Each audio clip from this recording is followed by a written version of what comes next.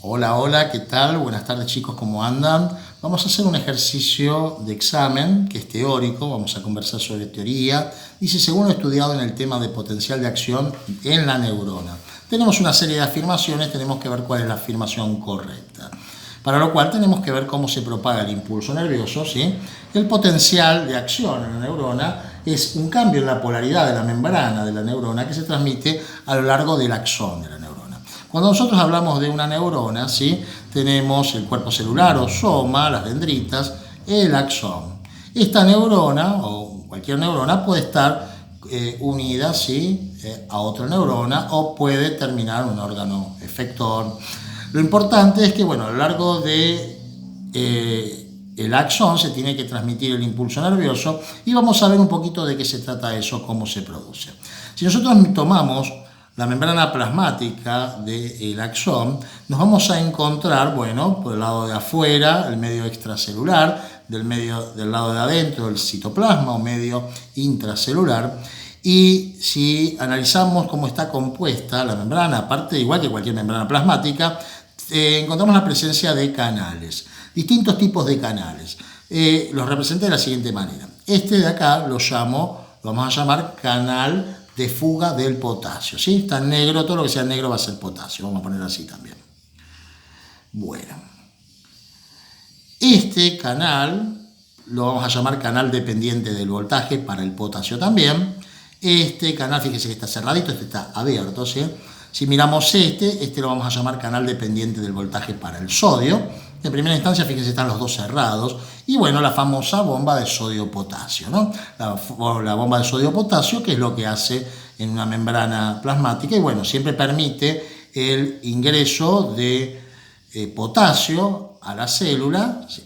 En contra de su gradiente de concentración, o sea, de donde está menos concentrado hacia donde está más concentrado. Pero simultáneamente hace que el sodio salga del citoplasma hacia el medio extracelular, también en contra de su gradiente de concentración. Por eso es una bomba y por eso gasta energía, ¿sí? El costo de esto se mide en ATPs.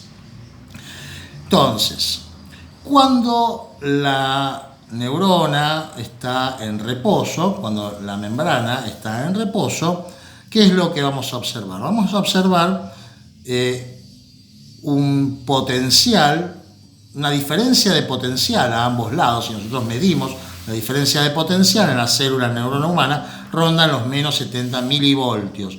O sea, de este lado lo representamos de forma positiva, de este lado de forma negativa.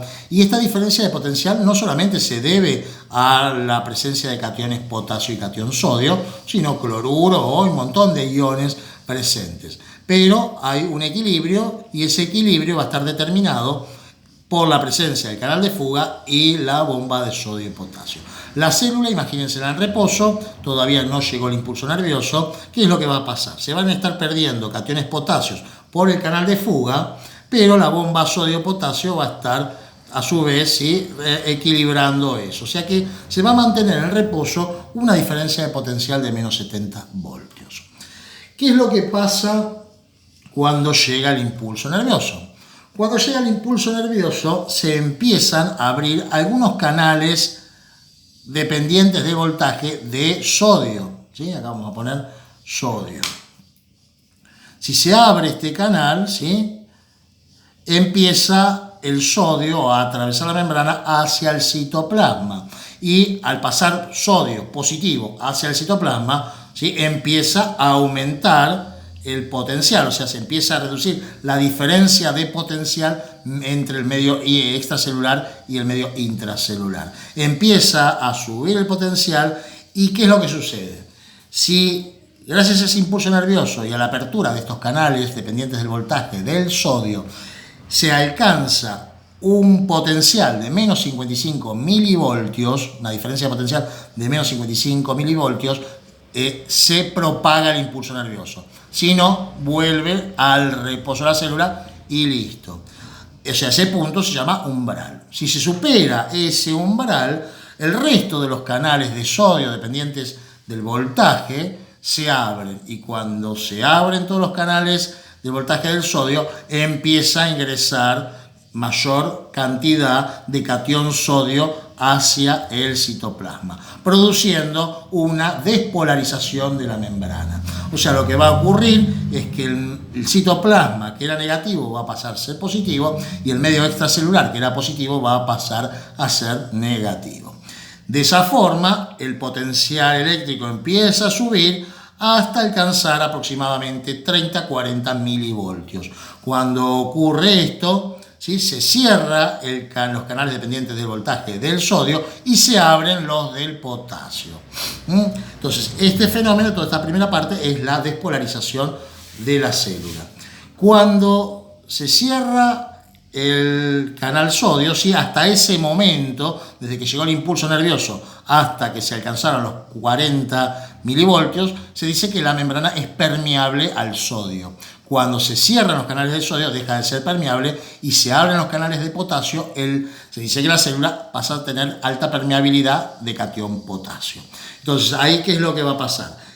Al abrirse el canal, dependiente del voltaje del potasio, los cationes potasios van a atravesar la membrana a favor de su gradiente de concentración, o sea, desde el lado donde estaban más concentrados hacia el lado donde estaban menos concentrados. Es ahí que se empieza a producir una repolarización de la célula, empieza a bajar el voltaje, y ese voltaje va a bajar hasta un valor menor a menos 70 voltios. ¿Sí? Es lo que se conoce como una hiperpolarización de la célula, que después, a lo largo de milisegundos, porque esto transcurre de manera muy rápida, ¿sí?, se empieza a estabilizar gracias a la acción, porque ya cuando ya llega a un voltaje muy bajo se cierra el canal dependiente del voltaje del potasio, y serían entonces el canal de fuga y la bomba sodio-potasio actuando en conjunto los que van a permitir que el potencial, ¿sí?, de acción,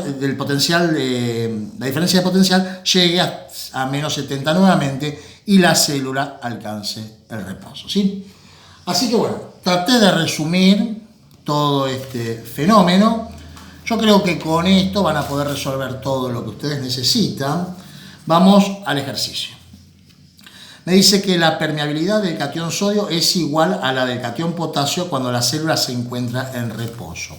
Recuerden que cuando la célula está en reposo, el canal dependiente de voltaje del sodio está cerrado, el del potasio también está cerrado, y lo único que tenemos es un canal de fuga del potasio. Por lo tanto, la permeabilidad del potasio cuando la célula está en reposo, ¿sí?, es mayor a la del sodio. Por lo tanto, la afirmación es falsa.